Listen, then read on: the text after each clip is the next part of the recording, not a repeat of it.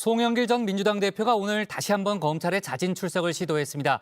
2021년 전당대회 돈봉투 의혹과 관련해서 나를 소환해 조사하고 영장을 청구해달라 이런 주장을 폈는데요. 한 달 전과 마찬가지로 검찰은 거부했습니다. 송 전 대표는 한동훈 장관과 검찰을 거세게 비판한 뒤 1인 시위에도 들어갔는데 관련 내용을 유한울 체커가 정리했습니다.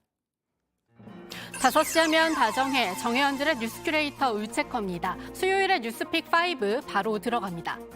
오늘 준비한 소식은요. 또 입국 컷, 토론대 대화, 11년 만에 대화 단절, 주민증도 갱신으로 가져왔습니다. 2021년 전당대회 돈봉투 의혹으로 지금은 민주당을 탈당한 상태죠. 송영길 전 대표가 오늘 오전 검찰에 두 번째 잦은 출석을 시도했습니다. 지난달 2일 1차 출석이 불발된 지 한 달여 만이었는데요. 이번에도 결과는 이른바 입국 컷이었습니다. 두 번째 잦은 출석이신데 나와주셨습니다. 저기 오늘 대표님 출석했는데 만약에 대표님이 직접 만약에 면담이 어렵다면 변호사라도 변호해줘서 제가 감독님 뵐 수 있는지 싶어서 전화드렸습니다. 따로 출석이 협의된 바가 없어서. 변호사 면담도 안 되고? 담당 검사 좀 자리 비었다고 하고 필요하면은 연락 주겠다. 네, 그대로 다시 발걸음을 돌려 나온 송 전 대표는 준비해온 입장문을 꺼내서 읽어 내려갔습니다. 무려 A4 용지 10장 분량이었는데요. 이 입장문은 곧바로 송 전 대표의 페이스북에도 올라왔습니다. 송 전 대표의 오늘 출석, 검찰 조사보다는 여론전에 무게가 실린 건 아닌가도 싶은데요. 입장문의 시작은 김건희 여사는요 였습니다. 전당대회 돈봉투 의혹을 수사하는 서울중앙지검 반부패 수사 2부, 김 여사의 도이치모터스 주가 조작 의혹도 맡고 있는데 왜 김건희 여사는 소환도 못하고 돈봉투 사건에 올인하느냐고 따져 물었습니다. 아예 검찰은 국민의힘과 대통령실 경호부대, 홍보본부, 정보수사 역할을 하고 있습니다. 전두환 노태우 군사정부 때 검찰이 정치인을 수사할 때는 최소한 여야 간의 균형을 맞추려고 노력했습니다. 그래도 윤석열 정권하의 검찰은 아예 노골적으로 야당만 공격하는 고려말 무신 정권의 머슴 노비 사병 같은 모습을 보이고 있습니다. 네, 한껏 날이 선 단어들이죠. 그렇다면 여기에 대한 한동훈 장관의 반응은요? 오늘도 또 나오셨나요? 다음 주 초에 송영길 대표님 본인의 당선을 위해서 돈봉투 뿌렸다는 혐의로 민주당 국회의원 두 분에 대해서 체포동의안 표결이 예정돼 있죠. 이렇게 수사는 일정에 따라서 진행되고 있는데요. 본인이 마음 다급하시더라도 절차에 따라서 수사에 잘 응하시면 될 것 같습니다. 네, 체포동의안 이야기는 잠시 뒤에 더 해보도록 하고요. 송 전 대표의 그다음 질문은 한동훈 법무장관은요? 이었습니다. 한 장관과 검찰 특수활동비 왜 공개하지 않느냐고 따져 물었고요. 앞서 검찰이 송 전 대표가 깡통폰을 제출했다면서 증거인멸을 우려하고 있다고 한 데 대해서는 프랑스 갈 때 한국 휴대전화를 정리했다. 가서는 프랑스 휴대전화를 썼고 귀국 뒤 새로 휴대전화를 사서 일주일 썼는데 제출하라고 해서 냈다면서요. 이른바 채널A 사건 때 한 장관이 휴대전화 비밀번호를 검찰에 알려주지 않은 점을 다시 상기시켰습니다. 한 장관은 여기에 대해서도 참지 않았는데요. 제가 페이스북에 쓴 것처럼 본인에 대한 것은 증거멸체가 안 돼요. 그건 한동훈 장관도 그건 처벌해야죠. 그런 논리라면. 그렇지 않겠습니까? 말할 필요가 있다던가요? 예. 네, 송 전 대표는 그러면서 윤석열 정권의 실정이라고 생각하는 부분을 하나씩 열거하기도 했는데요. 그런데 국민들이 궁금한 부분은 그게 아닐 겁니다. 송 전 대표한테 던지고 싶은 질문, 돈봉투는요? 일 텐데요. 여기에 대해서는 그동안 검찰이 확보한 걸로 알려진 진술들이 일방적인 한 사람의 진술이라면서 말을 아꼈습니다. 이 문제는 법정에서 다퉈질 문제이지 일방적인 한 사람의 진술로 판단할 수 있는 게 아니라고 생각합니다. 관련 진술들이 계속 나오고 있는데 전혀 모른다는 입장을 유지하시는 거예요? 그거는 말씀드린 대로 구체적 사안들은 제가 법정에서 다투도록 하겠습니다. 네, 그런데도 사실관계를 계속 따져묻는 기자들에게 매우 날카로운 반응을 보이기도 했는데요. 프랑스에서 귀국한 이후 캠프 관계자들한테 당시 상황을 확인해봤느냐 이런 질문에는 당연히 고생한 사람들에 대해 격려하고 할 이야기를 했다는 답을 한 뒤 상황도 마찬가지였습니다. 정확하게 무슨 격려한다는 게 어떤 말씀이세요? 아니 이런 이야기를 여기서 제가 할 필요가 없어요. 그런 문제는 검찰의 대변인이 돼서 질문하지 마시고 언론 여러분 생각을 해보십시오. 나는 이 경중에 대해서 국민들의 평가를 구하기 위해 제가 오늘 기자회견을 한 것입니다. 저희가 검찰을 대변하는 건 아니고 검찰 입장에 대한 대표님의 입장을 여쭤본다는 말씀이시고요. 그것은 법정에서 싸웁니다. 네네. 그리고 검찰과 피의자는 법정에서 싸우는 거지 언론에서 싸우는 게 아니라고 봅니다.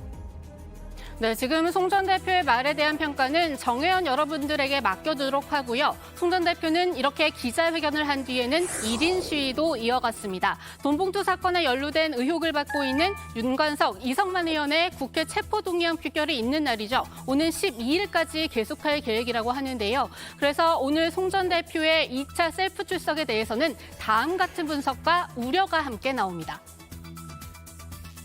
표결이 되고 만약에 구속이 된다면 아마도 송영길 대표한테 가는 이제 길이 열리는 건데 구속영장이 신청될 것이고 라고 했을 때 법원에서 기각하도록 나는 도저히 우려가 없다. 2번이나 자진 출석하지 않았느냐. 그런 알리바이를 만드는 행동이라고 봅니다.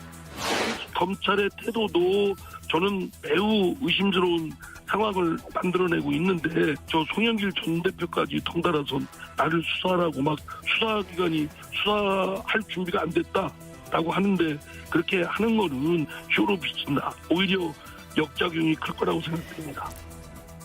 네, 그리고 민주당이 역작용, 즉 역풍을 맞을까 봐 우려하는 또 다른 부분 역시 바로 12일 체포동의안 처리 결과입니다. 지도부는 의원들의 자율투표에 맡겨놨죠. 검찰의 부당한 수사라는 기존 주장에 맞추려면 부결시키는 게 맞겠지만요. 또 부결시킬 경우 따라붙을 방탄 정당 꼬리표도 이제 총선이 1년도 안 남은 시점에서 부담스럽지 않을 수 없습니다. 국민의힘에도 선거 국면 내내 사용할 공격 포인트를 제대로 주는 셈이 될 텐데요. 국민의힘은 이미 송 전 대표의 2차 셀프 출석을 계기로 공세 수위를 다시 높이고 있습니다. 민주당 전당대회에서는 돈봉투가 횡행했는데 그와 관련해 국회로 날아온 체포동의안에 대해서는 자율투표라는 말장난으로 서로를 감싸주고 보호하기에 급급한 모습입니다.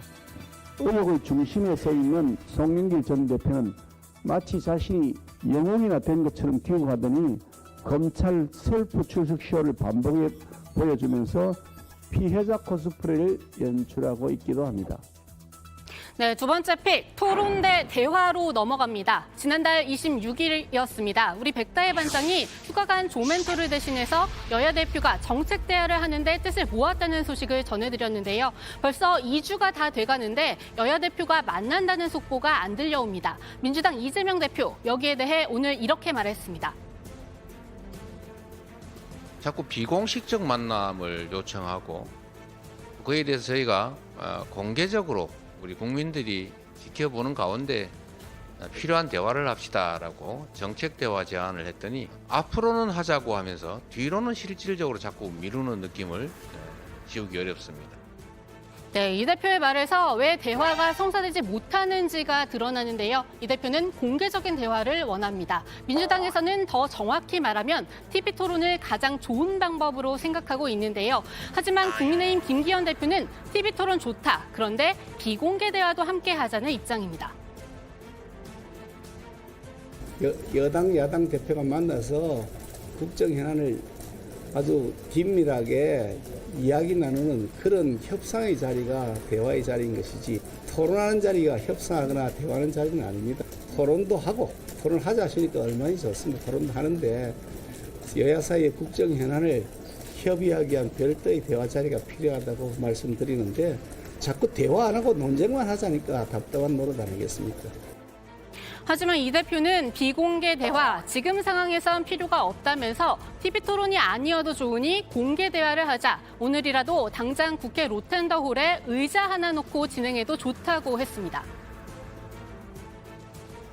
여야의 대표가 비밀리에 만나서 할 얘기도 있겠지만 지금 상태에서 저는 우리 국민들의 삶이 이렇게 어려운 상황인데 굳이 특별한 변환도 없이 해결될 과제나 또는 해결될 가능성도 없는데 국민들 오지 않는 곳에 비공개로 만나서 만나는 모양새, 노력하는 척하는 이런 그림을 보여주겠다는 것에 대해서는 동의하기 어렵습니다.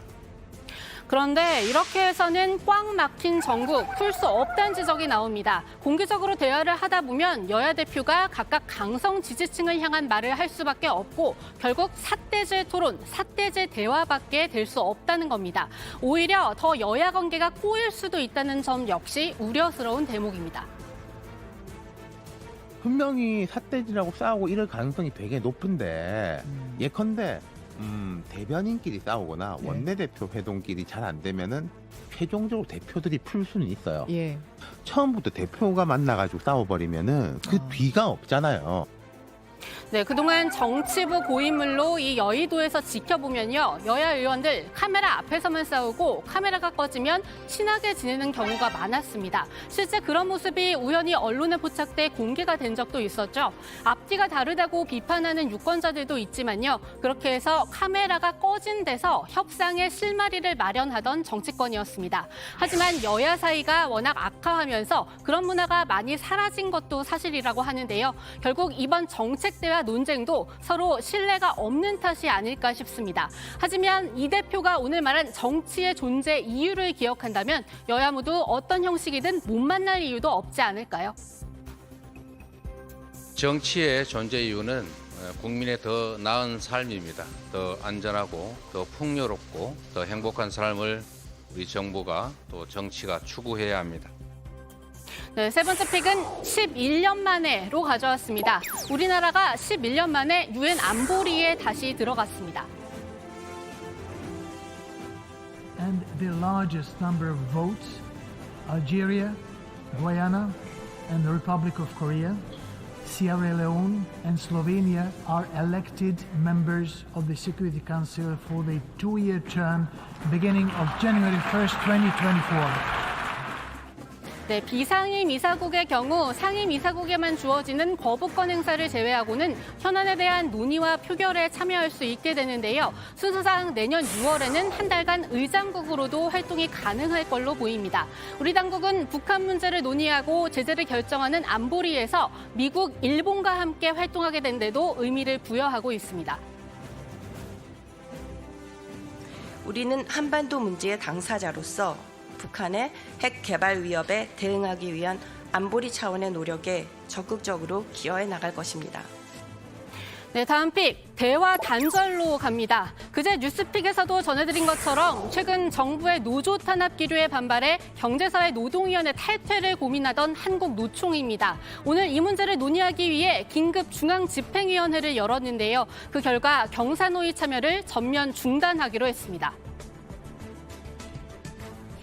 오늘부로 경사노위의 모든 대화기구에서 한국노총은 전면 중단할 것임을 결의했습니다. 다만 한국노총이 경사노위에서 완전 탈퇴하는 것에 대한 문제는 김동명 위원장에게 위임을 한 상태로 그 시기와 방법 등은 집행부에 위임하는 것으로 회의는 결론을 내렸습니다.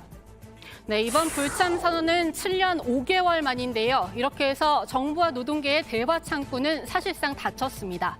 네, 마지막 픽은 일상생활에 참고하시면 좋을 소식입니다. 이 주민증도 갱신인데요. 행안부가 주민등록증도 운전면허증처럼 유효기간을 둬서 일정 기한이 지나면 다시 발급받도록 하기로 했습니다.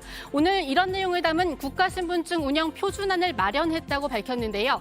주민증 지금은 유효기간이 없어서 이 고등학생 때 또 대학생 때 증명사진을 붙인 채 몇십 년째 사용도 가능하죠. 따라서 본인 확인이 어려운 경우들이 있는데 이걸 없애기 위해서입니다. 유효기간은 다른 나라들처럼 10년이 될 것으로 보입니다. 네, 오늘의 뉴스픽은 여기까지입니다. 들어가서 원픽 뽑겠습니다. 뉴스픽 5였습니다.